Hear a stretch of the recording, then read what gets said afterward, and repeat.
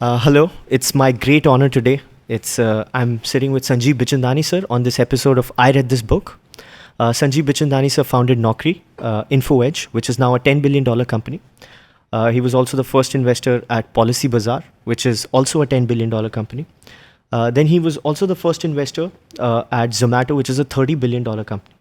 That essentially means like $50 billion of market cap for India by InfoEdge and Sanjeev Bichandani sir. Well, that's an exaggeration. I think you have to give credit to the founders and management of Zomato and Policy Bazaar for their achievements. Of course. And InfoEdge also is a result of many other people's efforts, not just me. And there are several people who've done more than me. Wow, that's very humble, of course, as always, for Sanjeev Bichandani sir. And then not just Zomato and Policy Bazaar, there's a new generation of startup successes which InfoEdge is gonna usher. A lot of good companies on the way. No Paper Forms, Adda 24/7. Then there's a lot of other companies. I'm missing out on a great few names, I'm sure. And Sanjeev sir is also a very great contributor of Indian startup literature, which is saying something. He has contributed very actively to a lot of books which have essentially shaped how this country has progressed as a startup nation, so to speak. So we are going to trace his journey with the books he's contributed to, the books he likes, and the books he likes to read, and how he thinks about books in general and life. So thank you so much, sir. Hey, thank you for calling me. So sweet of you.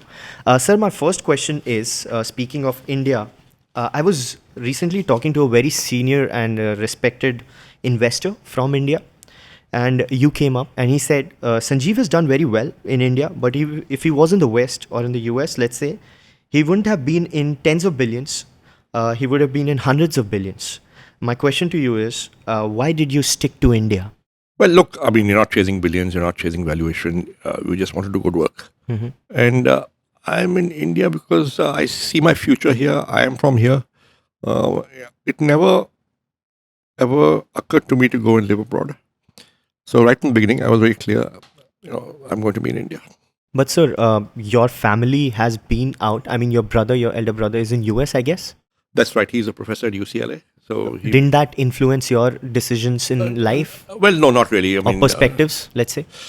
You see, he went overseas to do a PhD. Now, in the 70s and 80s, if you wanted to do a PhD, you wanted to do research in many areas, the US, the West was perhaps a better environment, right? And he made a choice. He went and lived overseas, and like several of his friends and classmates, several of my friends and classmates in my class in college, out of 51 people, 10 did PhDs from the US and the UK. And barring one, maybe two, almost all of them are living overseas. So for certain kinds of education streams, professions, in the 70s, 80s, and 90s, I think the West was perhaps a better environment, and people made their choices. I was pretty clear that I was going to be in India. I was pretty clear that I wanted to be an entrepreneur. And I was pretty clear that over a lifetime, India would offer great prospects. And I love being in India. And so I'm here. So is it like... एक राजकपूर का गाना है ना, मेरा नाम joker film से. मेरा दिल है हिंदुस्तानी. No, Raj Kapoor, मेरा नाम जोकर फिल्म से 1970. Okay. What is जीना यहाँ मरना यहाँ. Yeah. Oh, इसके सिवा जाना कहाँ? Okay, got it. So so you look at it that way. I mean. So are you do you think patriotism is important quality for entrepreneurs? Because this is pretty patriotic in general, right? Well, no, I mean... because I'll tell you why I'm asking this question. People still consider US as a very big avenue. I guess it's... Even as entrepreneurs, by the way. Even in 2025. Yeah, I guess it's to each his own. Or her own. If you play the long game, you'll find that India probably has got prospects as good as America, perhaps even better over 30, 40 years. So countries change over decades. India में बदलाव आ रहा है, आया है, आगे जाके और आएगा. I think India is a good place to be. India is a good place. Do you ever feel when, I'm sure this statement didn't make sense or let's say affect you at all, but do you think what could have been if you were outside India?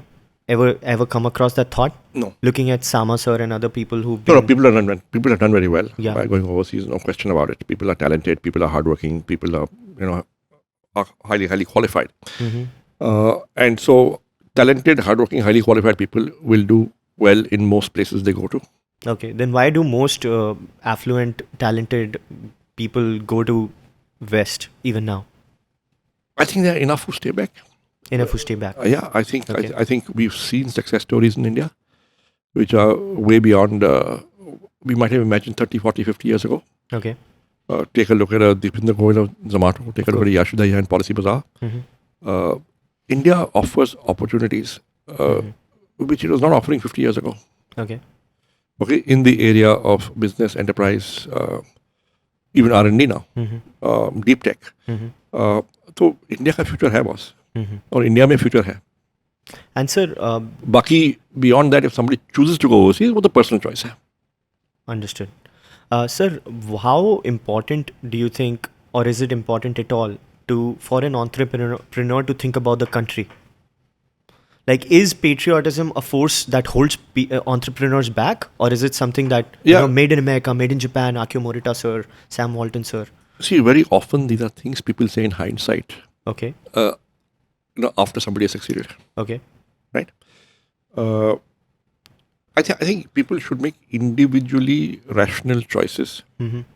In the process, अगर 1000 लोगों ने बड़ी कंपनियां बनाई तो देश भी बन जाएगा. You don't build your company for the country, but you build your company. And as your company gets built, it contributes to nation building. Now, take a look at InfoEdge. Right? InfoEdge, we began in 89-90. We must have paid 5,000 rupees tax in the first year. Profit nahi banaya tha. Direct tax. Okay, indirect tax as you purchase stuff, you're paying indirect tax. Today, if I look, at that time we were employing 2 people. Operating out of a 7-quarter of the garage. Right? Today, we are about 6,500 people. We've got offices in 80 cities. The total tax we pay, direct tax, okay, which includes, income tax that the company pays on its profits, GST that we pay, the income tax that our employees pay. I would imagine it would be in the region, it will be 700 crores. 700 crores. Several hundred. Several hundred. 700 crores. I don't know exactly how much. मैंने कभी compute किया नहीं है, but काफी होगा. Now, 2,000 crores in revenue, net level 200 crores saving. Okay, Yeah. so as you grow the company, you benefit others. We have helped people get jobs. We have invested in other startups, 130 of them. Zomato, Policy Bazaar, they employ so many people, they create so much employment. So many other of our companies. So there are ripple effects. So you don't have to wear your patriotism on the sleeve. You have to be ethical. You have to follow the law. You have to be good to your people. You have to be good to society. Not do anything wrong. And you're all right, yeah. That's enough patriotism. So that's what I was aiming to come at, sir. Doing good. Why I ask this question is that when you're building a company from a national perspective, when you're thinking it's supposed to do good, right? That is very grey. Like real money gaming apps, which have just gotten banned, they're also companies, they also pay tax, they also made a lot of money. But people would argue on their social effects. So my question is, should entrepreneurs think about, let's say, the larger macro things when they're building things? Or if you're making money as a gaming company, a betting company, you should make it. How important is that perspective? No. There are 7 or 8 areas at InfoEdge Ventures which we have decided we will not invest behind. Okay. One of them was real money gaming. Okay. Right? For 2 reasons. One, we felt that, listen, we are not so entirely comfortable. 2 is we felt that there was a regulatory risk, which has panned out. And so would we have started a real money gaming company? Probably not. I have never ever gambled in my life. मैं दिवाली में 3 पत्ती नहीं खेलता. Okay. Never done it. Right. So it's something that is alien to my nature. I've stepped into a casino twice in my life, more as a tourism thing. And then something I wanted to do. Pehli bari 89 mein tha, we had gone on a company sales conference. I was then working in HMM, Kathmandu mein. And if you flew Royal Nepal Airlines, you got 100 rupees ka tokens free of cost. So मैंने 5 लोगों का token उठा के, I went to the casino and played that slot machine. Lost it all and came back. But actually didn't spend any money. वो तो free में token मिले थे. So I got the experience. The second time was in, I went to Vegas for an investor conference. Wow. And, वहाँ पे, the casinos are everywhere. So to go through hotel lobby, you walk through casinos, right? So that's when I've been through a casino. So I don't gamble. You don't gamble. No. I'm very risk averse. And also, whatever happens in Vegas stays in Vegas, so you'll never say. But sir, not just sticking to gaming. I mean, my perspective is still like entrepreneurs are fighting day to day, right? It's a daily fight and it's a fight to survive. In that fight to survive, does it make sense for an entrepreneur to be thinking about nation building? Because that's how I've been.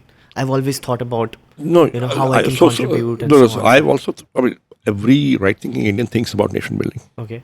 But when you get down to work, when I pay my tax, I'm doing nation building. When we employ, 6,500 people, we're doing nation building. It may not be a primary purpose, but nation building happens. When the company became valuable, and I was able to donate some money, right? We founded Ashoka University. That is nation building.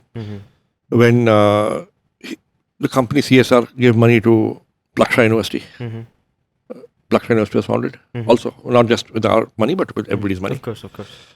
That's nation building. So, although nation building may not be the primary purpose, if you stay back, you're around here, you work, you contribute, nation gets built. What about the companies that register outside India to, let's say, the examples, great companies, they are now flipping back to India. What do you think about that? Well, I think a certain amount of regulatory arbitrage will happen. Okay. Regulations are easier overseas. Some investors do insist on overseas domicile. Some founders do get seduced. But what's happened actually in the US is that if you want to list a company, you've got to be a $3, $4, $5 billion market cap company to actually get noticed, attention, research. Somebody will take you public. Suddenly, it's not so lucrative to go overseas because you can't list without that being that size. Now, if you are a smaller company, you can list in India. But to list in India, you got to come back. Right? And so, actually, for the Indian market, for the size of the Indian market, listing in India is best. IPO in India is the best, which basically means you should be domiciled in India. No, but about the perspective that let's get money from outside or let's register in outside. So there's enough build money in outside for India. What? You can do it. People have done it. But eventually, अगर आपको list करना है, तो देखिए पिछले 5 साल में 6 साल में I think एक company listed है US में Indian एक company. Well, in Which India, works. yes. Okay. In India, 50 list हुई हैं. Of course. In the last 5 years, 6 years. New age IPOs. Why is that? Because the Indian market takes the smaller size companies public. Yeah, got it. Sir, so you don't think India is holding entrepreneurs back anymore? मतलब ऐसा कुछ नहीं है. There's something that this country can do. No, of course, there's a lot we need to do. Yeah. I do think Inspector Raj must go. I do think Inspector Raj still exists. It does exist. I do think deregulation is important. And the government has set up a deregulation commission, and people are working at it. And we are hoping to see the results. Okay. So, अगर ये दो चीज़, see, deregulation if done right will add 2% to our GDP growth every year. With just deregulation. I agree, sir. I agree. Sir, when you were growing up, in one of the I've watched all your interviews, I've read everything there is about you on the internet. So my questions are going to be slightly away. You've talked about a magazine article about Jamshedji Tata sir. J.R.D. Tata. Yeah, J.R.D. Tata sir, which inspired you a lot to become an entrepreneur. Well, It actually, sort of sparked an interest in entrepreneurship for well, you. so my father was in the government, doctor in the government, and there are children who will do what their parents do, and there are children who simply will not do that. They'll do anything else but that. So I was the second guy, right? So I said I'll not join the government and not be a doctor, which meant that government में नहीं हो तो कहाँ हो या तो academics पे जाओ. Okay, but मेरे को PhD did not appeal to me to do to do a PhD and teach and research. Which basically left business, it left management, it left corporate sector. And then, I did see a cover story in some magazine, was it India Today or was it Business India, I forget, in the mid-70s, with J.R.D. Tata on the cover. And I read that story. I was 11, 12 years old. And I said, at some point in time, I should maybe start a company. And that sort of was a fuzzy dream then. It kind of stayed with me and it fructified into more concrete ambition. So this is exactly what happened with me with this book. I was 12 years old, exactly 12 years old. Stay Hungry, Stay Foolish by Madam Rashmi Bansal. And the first chapter is on Sanjeev Bichhandani, sir. Yeah, so... Beautiful. It also inspired me to become an So it's a little exaggerated, but okay, so I'm not sure it's entirely true.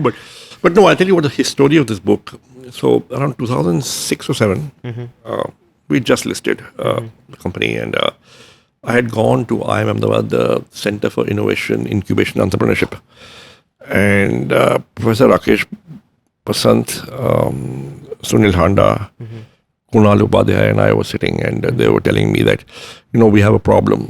I said, what? They said, the problem is that everybody who joins IIMA, before joining only, they have decided what job they want afterwards. Of course. Goldman Sachs, McKinsey, whatever. Yeah. तो उन्होंने decide कर लिया मैं consulting जाऊंगा investment और ये firm में जाऊंगा. So not enough for becoming entrepreneurs. How do we promote entrepreneurship among the students of IIM Ahmedabad? That's a simple focus problem. तो मैंने कहा देखो that's because you're not telling enough stories about people who went after IIM Ahmedabad to do something different. Maybe entrepreneurship.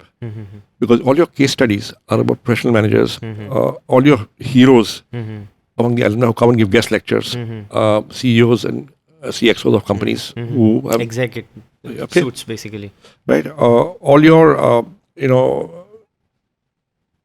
you give your list of placement and you give your average salary, then your highest salary. These are all jobs in large corporations. So you will attract those students who want to do that. And once they are here, that'll get reinforced.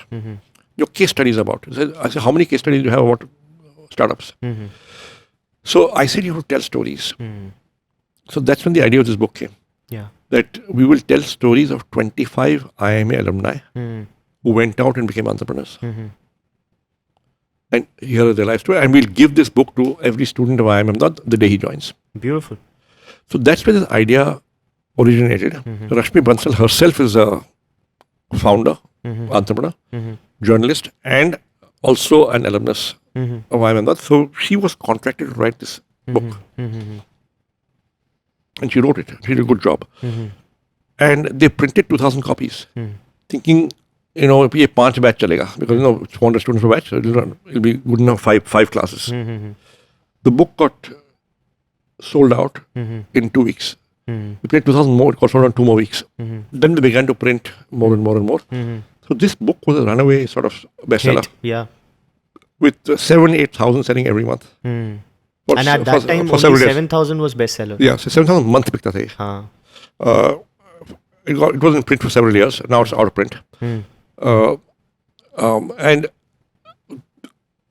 it's just the idea of telling compelling stories, real life stories of people who middle class students, how they went out and did something different. And because I had given the idea, they put the first chapter on me. Wow, I didn't know that.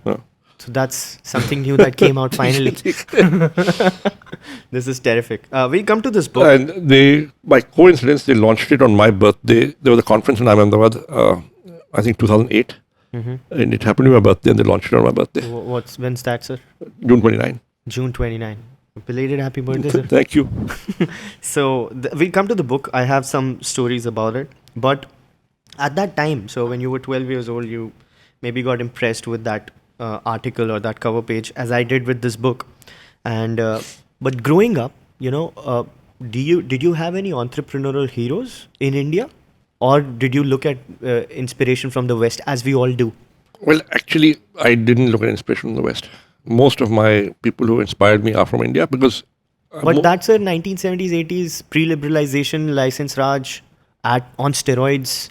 Nobody, not really big entrepreneurial success stories except for Infosys maybe. And folks like that. So listen. So I mean, you were charting your own path. Mm-hmm. You were not looking for a role model or a hero. Mm-hmm. So essentially, I learned from many people whom I interacted with, whether it was my classmates, my teachers, my parents, my colleagues in my first job. I think at Lintas, my first job straight after college. I learned a lot there. Just as a child learns the most in the first 4 or 5 years of his or her life, I think in your work life, you learn the most in the first 4 or 5 years of your work life. And that shapes the future. So I was very fortunate to work at Lintas with some very bright people in a very good organization, good practices organization, where I learned so much. About 100 different things, whether it is people management, whether it's personal organization, whether it is communication, whether it's strategy, whether it's the consumer, 20 different things. And I think that has, my first 3 years at Lintas have shaped the rest of my working life. But you didn't have anybody to look up to? You didn't look up to anybody? I looked at many people. Like okay, so my bosses, my colleagues. No, but no entrepreneurs, so to speak? No. Nobody? Well, that's interesting. No. No, but you see, you were inspired by the Tata Group. You were inspired by Infosys. Right? Yeah, that's what I mean. Okay. In that era, sir, before 1991, India didn't have much to talk about. Tatas and all the businesses that we had, Singhanias, they were like 100-year-old. जो entrepreneur होता है ना, वो he doesn't need a role model. Okay, that's pretty interesting. Or he doesn't need one single role model. Yeah, that's true. You have many sources of inspiration. And you're learning all the time. Of course. And your drive is internal. And even, sir, in that era, essentially businesses were not looked upon very favorably. Businesses were essentially, so that is true. Was not a respected sort of a thing. That is true. See, I grew up in an era, the 60s and 70s, when the rhetoric was entirely socialist. Yeah. Even though India was a mixed economy, the rhetoric was socialist. If you had Babu Shahi on steroids. I think you see, in a country that had been colonized by a company, it was perhaps a natural reaction. Okay. That for the first 30, 40, 50 years after independence, the government, the intelligentsia would all move away from capitalism because you don't trust companies. But increasingly, as it became apparent that, listen, the economic strategy that India was pursuing was not leading to high growth and therefore prosperity for a large number of its citizens, I think, things came back to an even keel. So by the time I was in college, I studied economics in college. मुझे याद है I went for the IIM Calcutta interview and in my third year in college. IIM Calcutta interview, third year. Okay. Entrance. Yeah. IIM Calcutta entrance interview. So when you were in Stephens, you were interviewing for colleges? In my third year. Okay, got it. Okay. And the interview was somewhere in some building. I'm so sorry, sir. But you worked after Stephens, right? For That's a few right. years? No, I didn't do. See, I was applying to a couple of jobs and I was also applying to the IIMs. Okay. Got Okay, it. because I wasn't sure what I'd get. Acha. So, मुझे याद है वो interview was in some building at ITO. Okay. And there were some 4 or 5 people in the interview panel. Mm-hmm. I think एक दो public sector के senior executives थे, एक दो professors थे. Mm-hmm. IIM Calcutta के. एक शायद alumnus था. Mm-hmm. Okay. शायद. And I was asked a question. You're studying economics, yes. So if you were finance minister of India, what would your growth strategy for India be? Okay. Now, for a third-year college student, boss, I was totally unprepared for this question. Mm-hmm. So I just said the thing that came at the top of my head, Mm-hmm. because I'd say I'd rely a lot on private enterprise, private sector, private capital. That's pretty smart.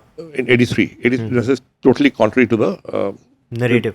prevailing sort of Mainstream. wisdom in India then. Yeah. And they were like a little surprised. They And said, how did you come to that view? they asked me why. Mm-hmm. I said, Dekho, India is a capital scarce country. Mm-hmm.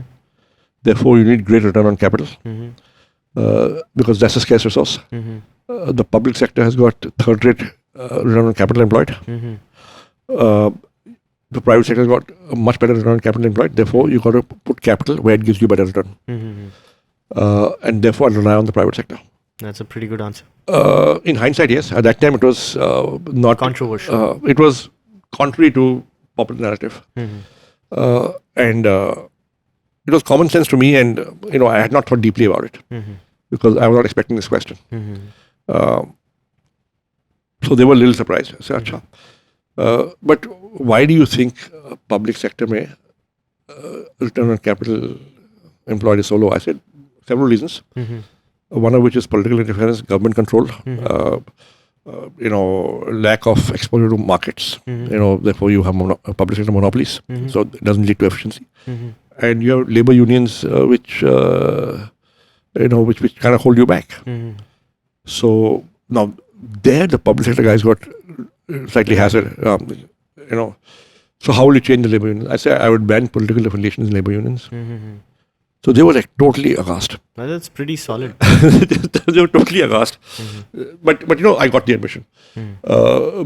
But you see, I'm saying that you have to, I guess, think for yourself and think a little differently, Mm-hmm. whether or not you're right.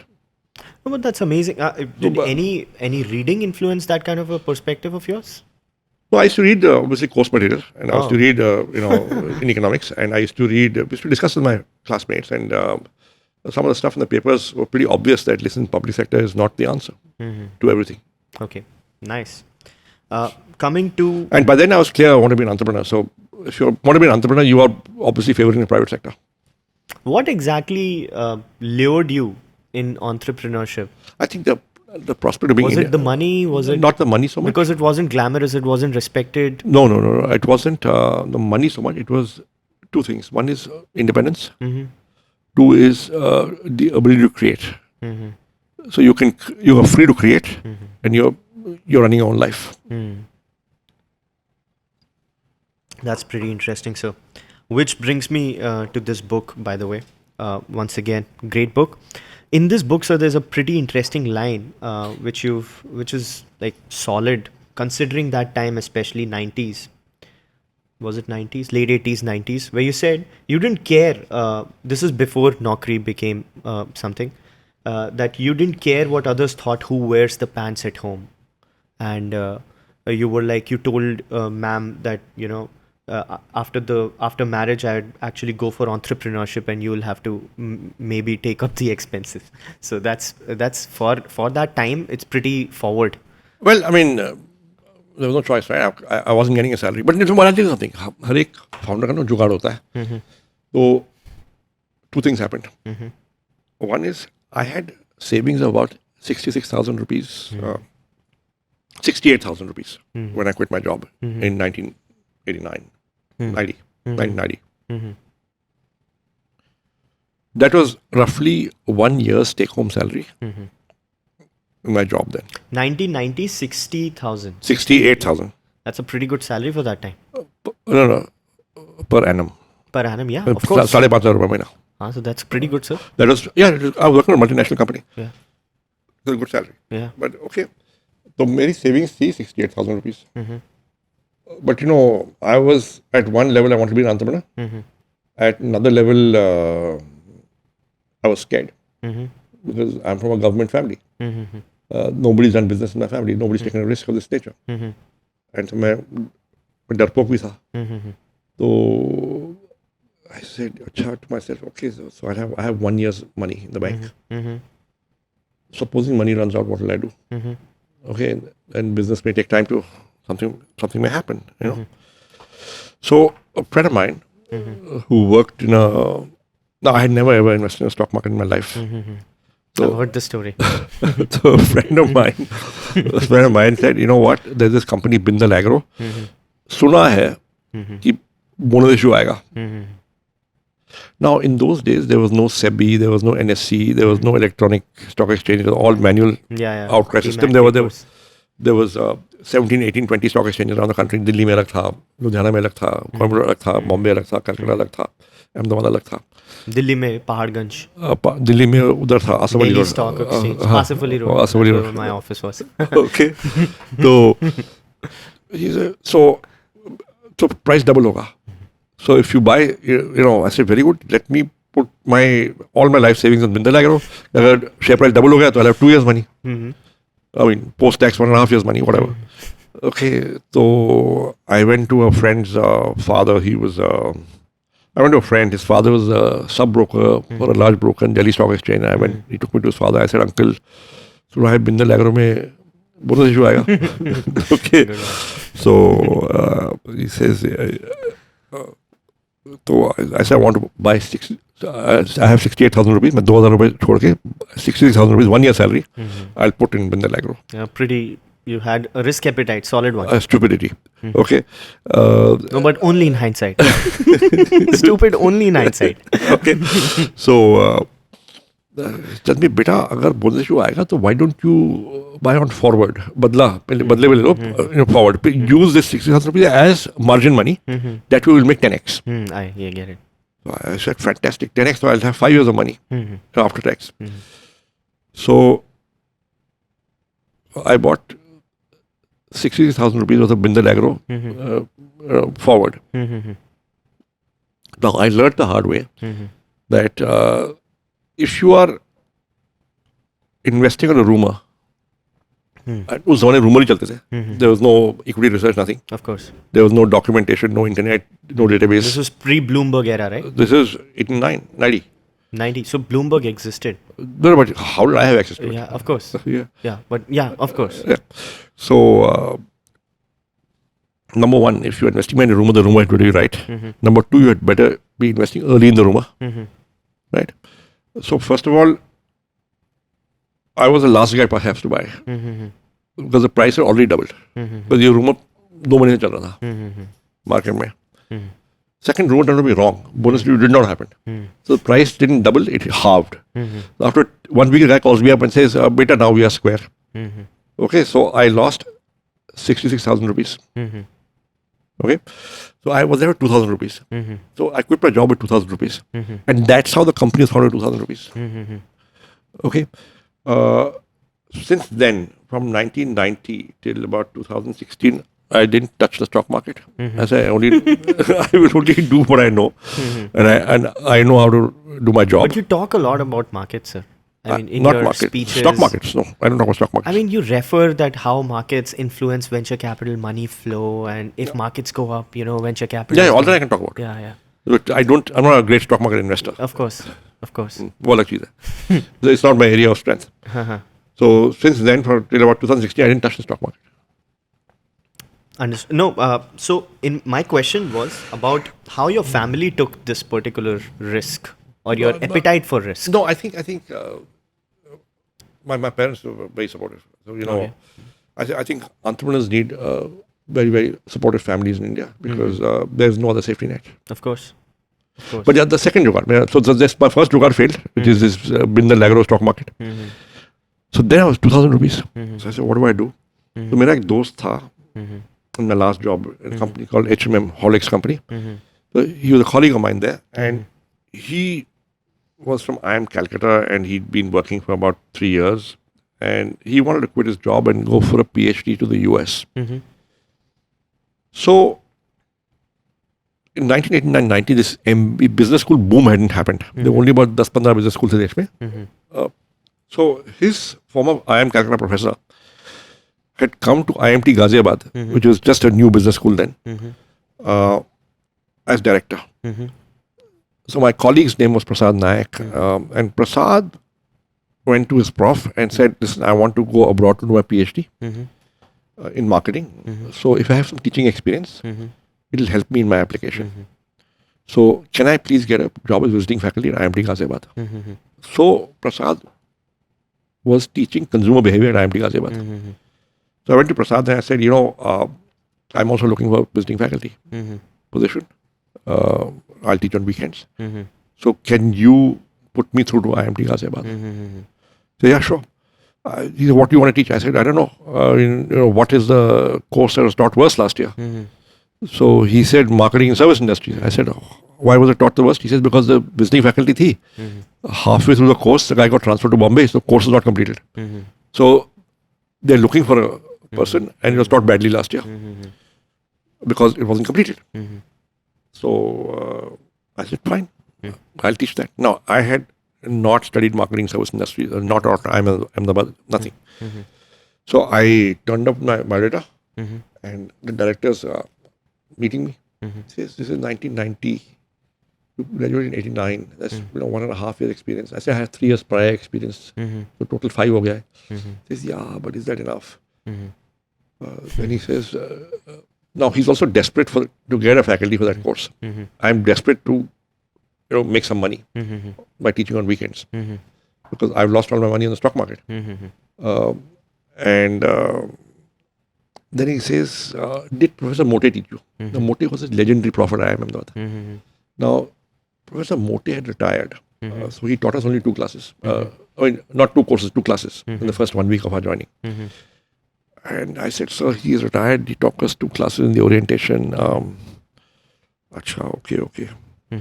What else can you tell me about yourself? I said, sir, my brother is a professor in management. He also from IIM Ahmedabad. Then he teaches at UCLA. Professor Mote taught your brother? I said, yes. Mote taught my brother. Oh, you're hired. So I got a job teaching at IMT Ghaziabad and on weekends. My initial aim was I will get 275 rupees prati class. If I can teach 3-4 classes a weekend. Wow. That's at which year? 1990? 1990. 1990? Yeah. 275 rupees per class? Yeah. That's extraordinary. No, so if I taught 4 classes, so a course was, I think, 32 classes. So for 8,000 rupees, you teach a whole course. That's a semester? That's a semester, yeah. Okay.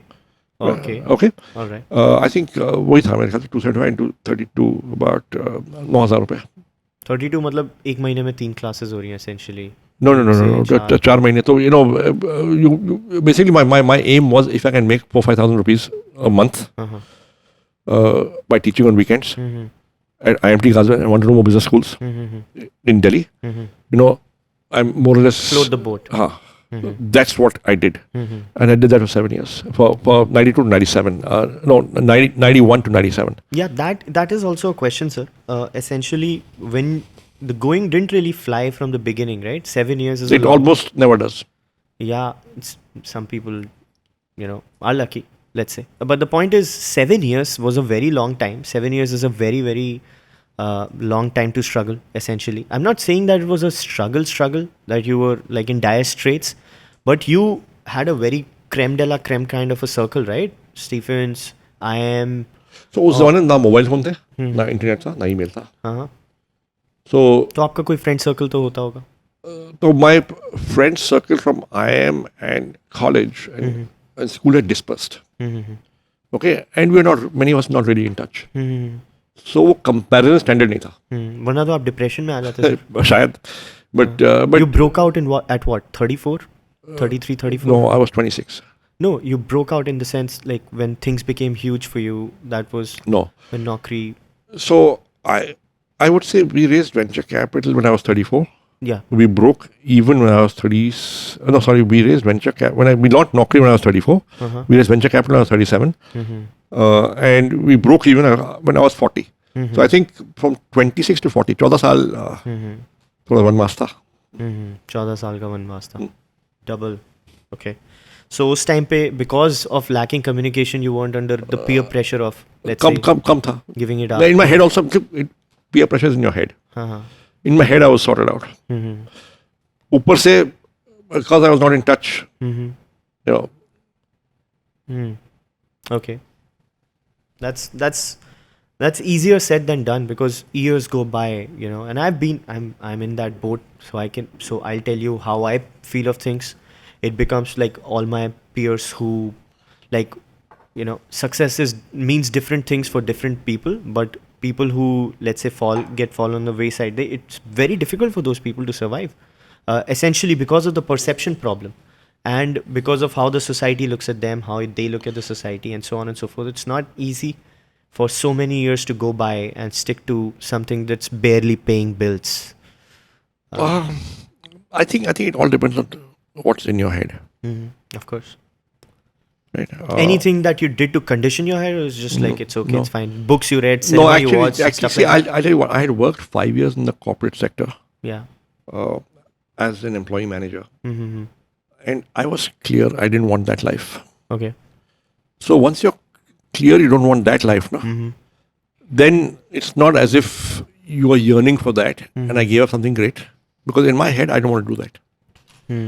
मुझे, you know, याद है कि so this is pre-liberalization. I worked 84 to 87, and then 89, 90. So in two multinational corporations. The first one was great. Lintas, advertising, young, energetic, a lot of buzzing with activity. Second one was a more formal organization, H&M, the Horlicks company. But in general, in large multinationals, There you didn't work for a long time, just one year or something, right? almost 2 years, 1.5, Yeah. 1 year, 9 months. What you see in most large multinational corporations, there were processes, there were hierarchies. Empowerment down the line wasn't great. So if you were a junior manager, you were not really empowered. It'll take you 7 to 10 years to get to a position and a role where you would believe you were empowered. No, I get that. And but therefore, I was not enthused by the prospect of seeking a career as an employee manager in a large corporation. even when things were not going well, because salary is a great drug, they say, right? Yeah, I was looking to do something more and better with my life. I had this old entrepreneurial dream that was still there.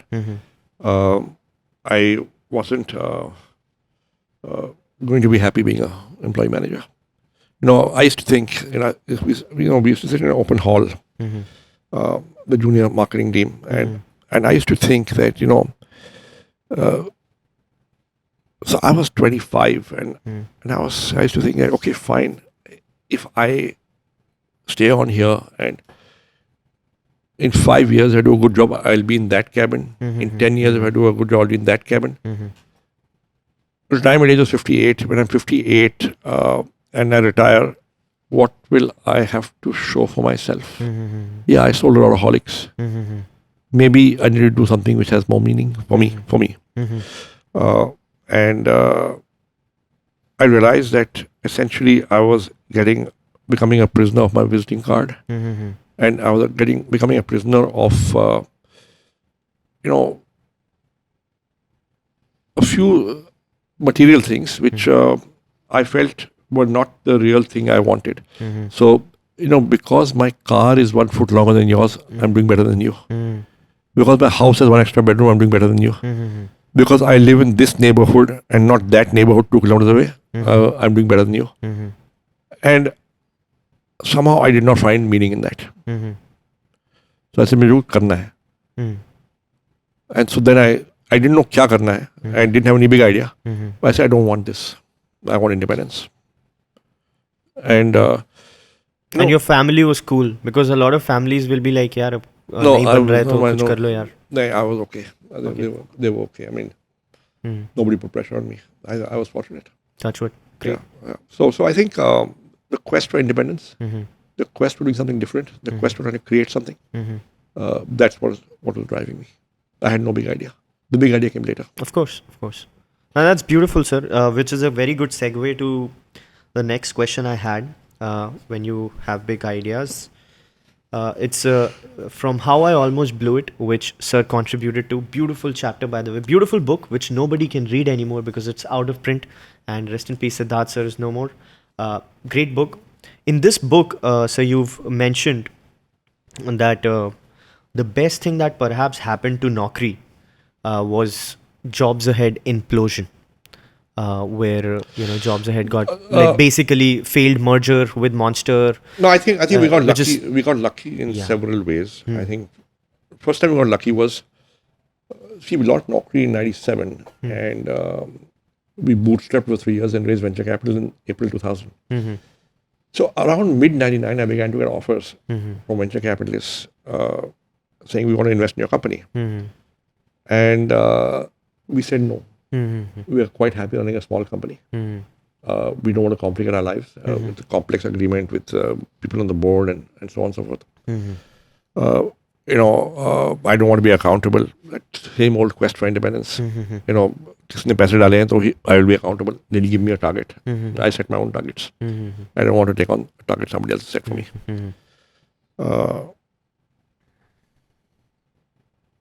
We said no. And then Jobs Ahead launched with a launch ad campaign on the India-Pakistan cricket series in Sharjah. Now that scared the hell out of us because we had no money. We were breaking even. I wasn't taking a salary, but we were all right. Life was set. Life was set. Set माने company 3 lakh रुपए महीना कर रही है, break even कर रही है, grow कर रही है, तो अगले साल 50-60 लाख हो जाएगा. जब 50 लाख हो जाएगा मेरे को 5 लाख की तनख्वाह मिल जाएगी साल की. So I'll be okay. ठीक है. That's what I thought. But then Jobs Ahead raised venture capital and launched. When that happened, we went out in the market and we raised venture capital. But this time what happened was we raised in April 2000. 2 हफ्ते बाद market went down हो गया. So that's super lucky. So we got the money. We got it at the bubble valuation. We didn't have time to spend it foolishly. If we raised the money 6 months earlier, we would have spent it on the wrong things. Or if you would have just been like a month late, you wouldn't have gotten the money. At all. Right? And then you would have been screwed like totally. Yeah, so one was that. The second time we got lucky was, I think, when,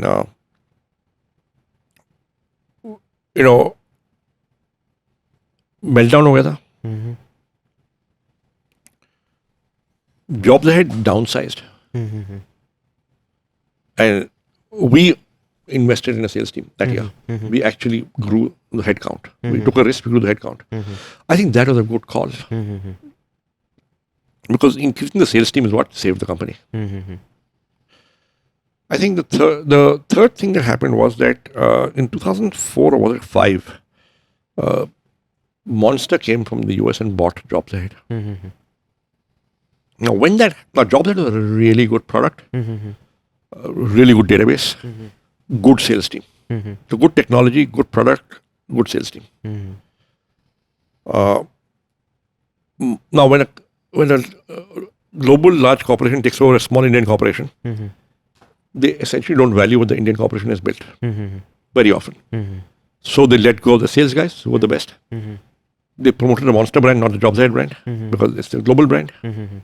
So basically, they bought out a very good asset and company And they killed it. and did nothing with it. And they invested in Monster, which is the wrong thing to do. That was a bad strategic call. That was global corporate ego of a large American corporation coming in saying this Indian company is shit.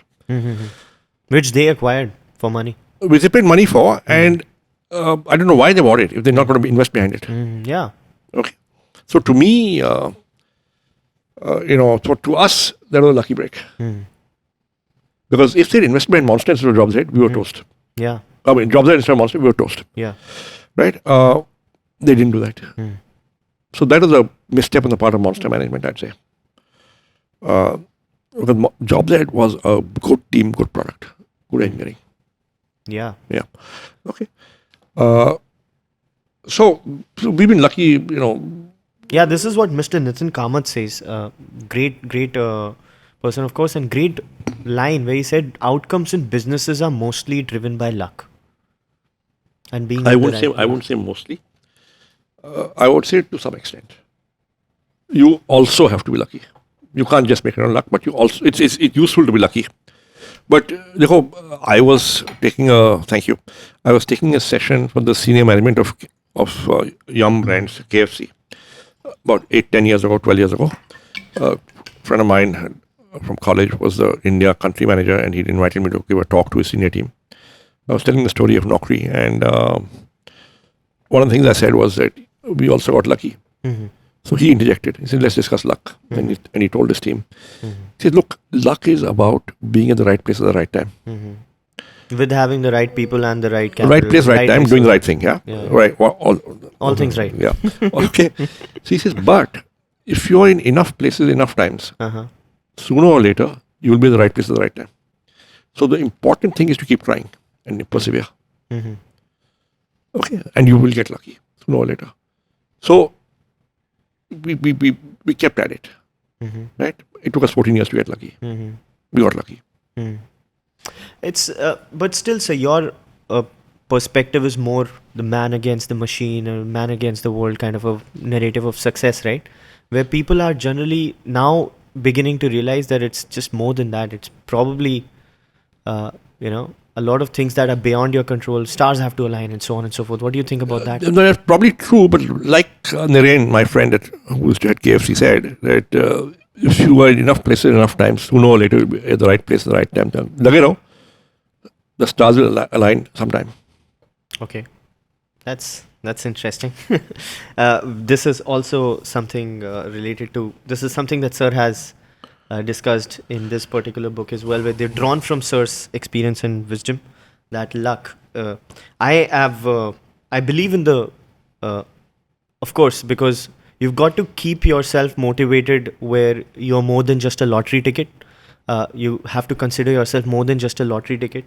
But I believe that things have to really pan out beyond your control to actually make things happen for you. Just like that Jobs Ahead implosion. No, I get that. Even if you did everything right with your story, it would have been just a month later of your fundraise. If your fundraise hadn't closed at that would have been. No, I understand that. I do understand that, and I accept. Maybe then you would have ran out of juice by then, or it's possible. Something like that. It's possible, but देखो, Joe.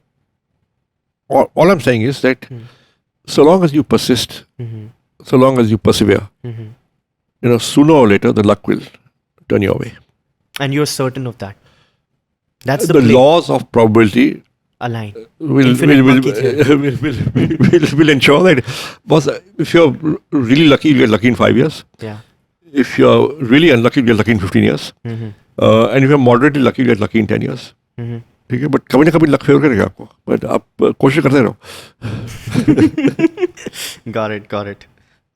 Sir, speaking of luck and speaking of after luck events, after luck is when things have turned your way, things have gone well, and you've built an institution. People think about money, people think about how to treat that success, which is something that is a segue to what shall we do with all this money. In this book, the interviewer asks you about what do you think about money and what do you do with the money, because InfoEdge is valued so on. You say, which is a very strong line, that I don't think in terms of money like that, because we are not cashing out, we are building a lasting institution. And that's what you said. This signals your intent or your interest in legacy as a concept. So I wouldn't. What is that? I wouldn't call it legacy. All I'm saying is that What do you mean by a lasting institution? I believe in institutions. I believe that if I have succeeded to a large extent, that the 3 education institutions I studied at have contributed. My school, my college, my business school. I therefore believe in high quality institutions. I was very fortunate to go to the 3 places I went to. All 3 high quality institutions. And therefore, number one, I give back financially to all 3. To others, we have contributed financially and to time to creating Ashoka University, Plaksha University, from the company CSR. Hitesh is a founder of Plaksha University. So I believe in institutions because institutions create value over generations by allowing future generations, by allowing others to come there, to learn, to prosper, to contribute, to take out, to give back. Whether it has something to do with personal glory and personal legacy is something that Yeah, you don't care about? so nothing at Ashoka is named after either Ashish Dhawan or myself, Okay. or Pramod Sinha, or Vineet Gupta, Okay. even though we have contributed. We have not exercised any naming right. So it's not about... But isn't that cool? Like Bill Gates has like a Stanford lab building named after him and so on and so forth. yeah, I mean, I'm just saying that it's Is it corny? It's okay. I mean, it doesn't matter. Okay. Okay, I'm not looking at. I'm not looking for stuff being named after me. Okay. Okay, I'm just saying stuff should happen. Understood. Okay, so the company is one such institution. I mean, so great companies last 100 years, 150 years. I think the longest lasting company was the British East India Company. Lasted maybe 250 years. No, Japanese companies have been going on for 600, 700 years. One or two of them, but yeah, okay. But you know the point. Companies are generally finite in nature. Universities are infinite in time. They stick. Is that why you went ahead with something like an Ashoka kind of a play? No, because I just felt that you know that India has solved the engineering problem. The engineering education institution problem. We've got some good engineering institutes. We've solved the good management school problem. But for liberal arts in general colleges, you know, we felt that some of us felt that you know, maybe it's an unsolved problem. So I think we like to solve unsolved problems. So which is why Ashoka. Which is why Ashoka. Yeah. So it's another institution which I think hopefully will last. And serve society. Yeah. The company also, you know, we're trying to build a company that will last. Of course. You know, beyond our lifetimes. Is it again a legacy thing? It's not a legacy. It's basically, I think the mission. It's a higher order mission for most good entrepreneurs to build an institution that lasts. Oh yeah, I've been very influenced with the Build to Last, Good to Great, and so on. You know. Yeah, so those are two books that actually I read 25 years ago, 25 years ago, and they influenced me. And they were given to me by as a gift by ICICI Ventures. The Build to Last. Very nice. Right, it was the first. They gave me a book, Wow. and they said, "Read this in your spare time," which I did, and I was quite. I liked it a lot. You liked it a lot? Jim Collins. Yes. That's interesting.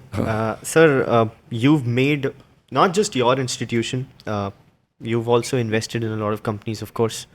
And a lot of them have proved to be very good companies. Some of them, you know. But there have been some mistakes, without naming anything. अगर आप early stage में invest करोगे ना, गलतियाँ होंगी. Some will not work out, not because the founder is not good, because circumstances were such. No, that's okay, sir. Even in some cases where things have been a bit controversial, what have you learned from them? I don't mean to stir up a... No, I'll tell you. Yeah. See, I think... because people want to I you know, when I'm always speaking and writing things about you, obviously positive stuff. So people are like, yeah, man. I'll tell you something. But how could he do that? Well, we made mistakes. Now, out of 130 companies we invested in, 128 have had very good founders. Right? Things may or may not have worked out in some cases, but the founders are very good. In a couple of instances, I think we misjudged the founder. So we made a mistake on the founder. And on founder integrity. Okay? And that I think, you know, we learned from. That, how do you learn? Is it something that you can even learn from if it's just a you 2 can. out of 130 No, case? you can. Because, see, if you make a mistake on founder competency, I thought he would be a very savvy commercial guy and a good hustler in sales, and didn't turn out to be. You know, That's okay. I mean, it's not okay, but, you know, you live with it. It's still error in judgment, but you live with course. it. But when there's an issue of integrity, right, that's when you say, how could I miss that, Yeah. And everybody else does as well. right? So you make mistakes, you learn. Anything that you think is a signal in that direction? I mean, you are a person who talks a lot about reputation. I think one lesson is that look, a leopard doesn't really change his spots or its spots. So don't believe a fundamental DNA of a person will change. Of course. Okay, no matter what the person may be claiming. I think that's one lesson. There's a solid one. Without, A leopard will not really change its spots. even though if you hope he does. On a fundamental DNA trait, a leopard will not change its spots. But you choose to hope sometimes, right? That's what leads to mistakes, right? We led ourselves to believe that because the prize that was being offered, that if this works, it can make a huge difference to your real estate business. 99 acres. The prize was very tempting, and I think we therefore made an error in judgment. I hope I didn't say anything or ask anything which is... No, that's fine. That's- We are quite happy to talk about it. That's very nice of you, sir. Thank you. Speaking of, we're coming back to the book environment. We've discussed 3 very good books, and the books that you've also been talking a lot about nation building you've appeared on a couple of podcasts which talked about India growth story and how India can deregulate. This is something that you discussed, sir. What do you think about India's story right now? I think देखो, there may be a couple of wobbles here and there, but in the medium to long term, we'll be all right. Certainly, the tariff situation is a little concerning. But देखो, U.S. presidents may come, U.S. presidents may go, but the countries go on forever. So Brooke.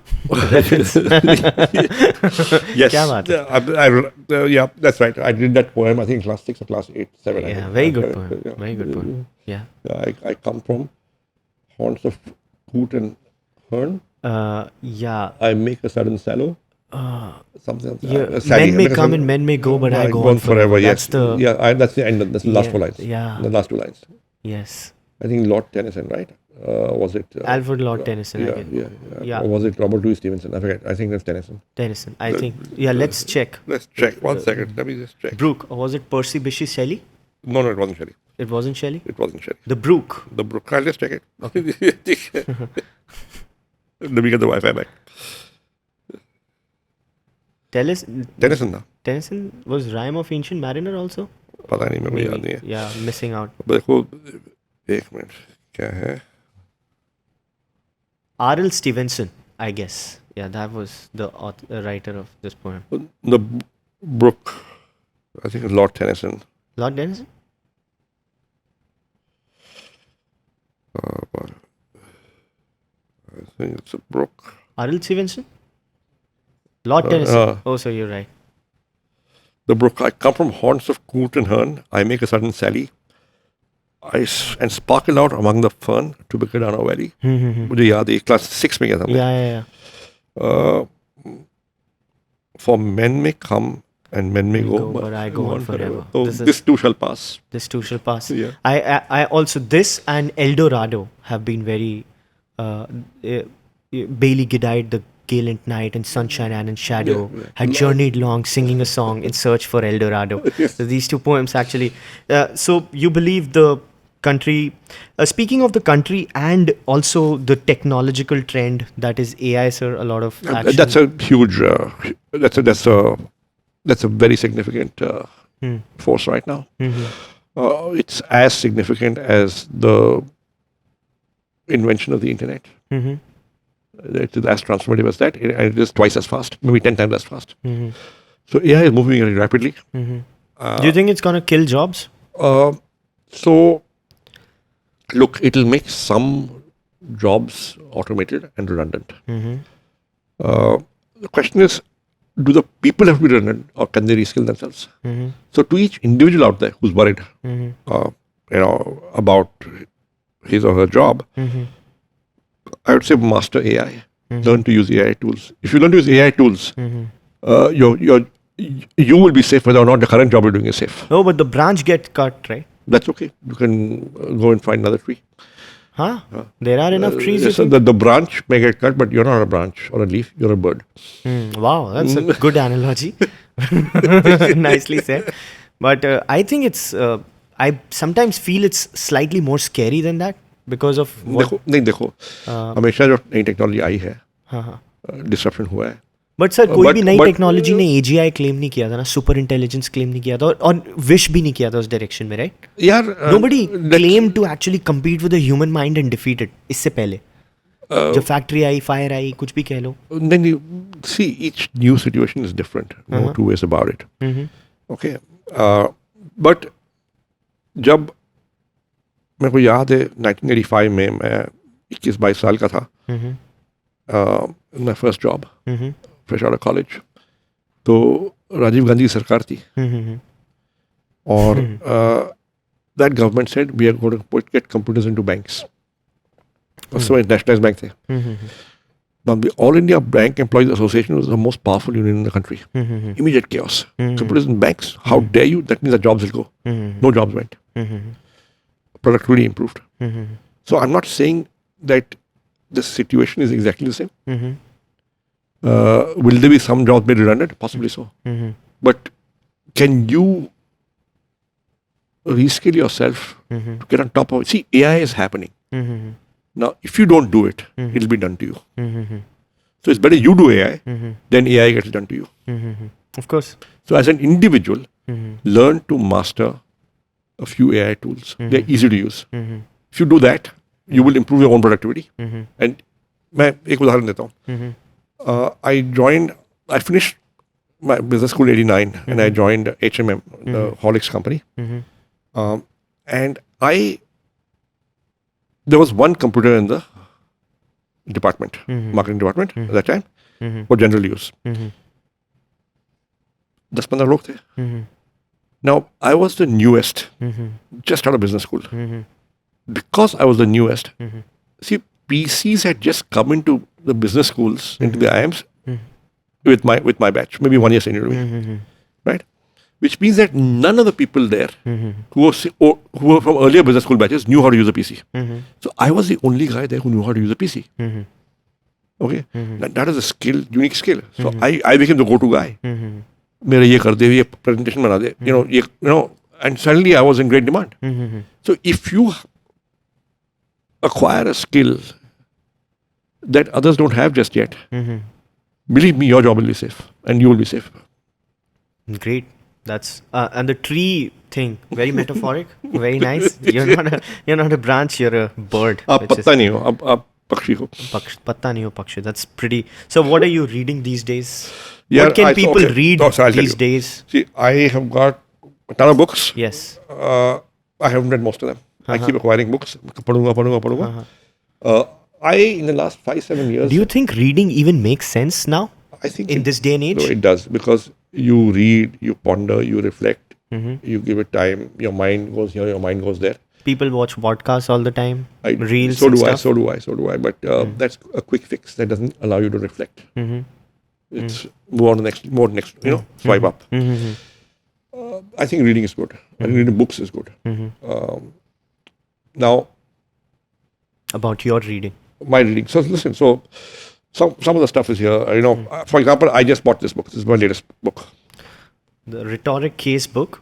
It's basically a philosophical treatise. It is about how to build. It's a second-hand book I bought from Amazon USA, and they delivered it in India, the US website, and it talks about how to build arguments, how to persuade people.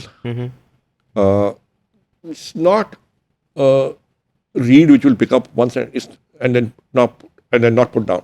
Okay, you can leaf through it and read a few pages, and come back after a few days, read next chapter. It talks about how you can build arguments while speaking, while making a presentation, while trying to persuade people, while communicating, while writing. It will hopefully improve the way you think. Now, this is a book which, so I used to go every Sunday in the 90s, early 90s. So Daryaganj में Yeah, Sunday. That's Sunday shaped my reading. Sunday में second hand books, Yes, yes. and I found this book there, Yeah. and I found it very useful. And when in my teaching at IMT Ghaziabad, Mm-hmm. it helped me a lot. Wow. Okay, and then somebody borrowed it and didn't give it back. I forget. Mm-hmm. And And life has come full circle. with and then I said, yeah, I got to get that book. Mm-hmm. And I couldn't find it anywhere. I went to Amazon.com USA Mm-hmm. and I found a second-hand copy. Wow. So I ordered it, they shipped it, and it's here now. Wow. So I've used this book earlier. Mm-hmm. I've got it again now. I'll leaf through it again. Mm-hmm. But it is quite useful. Wow. Then let's take a look at.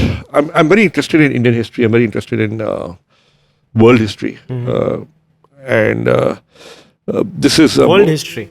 also Okay. Indian history, geopolitics. Yeah, yeah. Right? This is William Dalrymple, The Last Mughal. Last Mughal, yeah. Yeah. This So, is. so I think not enough work has been done on. At least I've not read enough on the history of the later Mughals, Uh-huh. because you read up Aurangzeb, Uh-huh. but Aurangzeb was I think 1707 Uh-huh. or 1757, I forget. 1707, 1707. हाँ. उसके बाद 150 साल Mm-hmm. भी Mughal dynasty चली. Yeah. Bahadur Shah 1, Bahadur Shah 2. Many of them. Yeah. Shah Alam, all that. Yeah. Okay. And with each progressive Mughal, the influence of the Empire collapsed. declined, and gradually the regional satraps broke away. Mm-hmm. While in name, Mm-hmm. professing allegiance to the Mughal emperor in Delhi. Mm-hmm. And Marathas happened, then the British happened, but increasingly you saw the empire crumbling. Mm-hmm. And I think it's useful to study that period, Mm-hmm. how seemingly invincible Mm-hmm. empires and governments can crumble, Mm-hmm. right? But it took 150 years Mm-hmm. for there to be a decisive shift, Mm-hmm. right? And then the dynasty ceased to exist. Mm-hmm. I mean, in power, Mm-hmm. right? Or so one is that. Second is you see online. I often see very often libraries Mm-hmm. sell off old stock, Mm-hmm. right? So you get books of pre-independence British era, Mm-hmm. and I got a whole bookshelf of those which I bought online Mm-hmm. from various libraries. Mm-hmm. So, for example, I got this book. The Jinnah collection of letters from Jinnah. Now, this is a book published in 1940. 1938. Yeah, okay, but and this book is very revealing. It's just correspondence between Jinnah and Congress leaders and the Viceroy Mm-hmm. in the run-up to independence. Mm-hmm. And it teaches you so much. It has taught me so much Mm-hmm. that how divisive and diabolical Mm-hmm. the agenda of the Muslim League was, and how they were so focused that we'll burn the house down Mm-hmm. If we don't get what we want. if we don't get what we want, Mm-hmm. right? And abhi recently you had the speech of Asim Munir. General Munir. Mm-hmm. Two speeches actually. Mm-hmm. One of which we saw on YouTube and on broken by the print. Mm-hmm.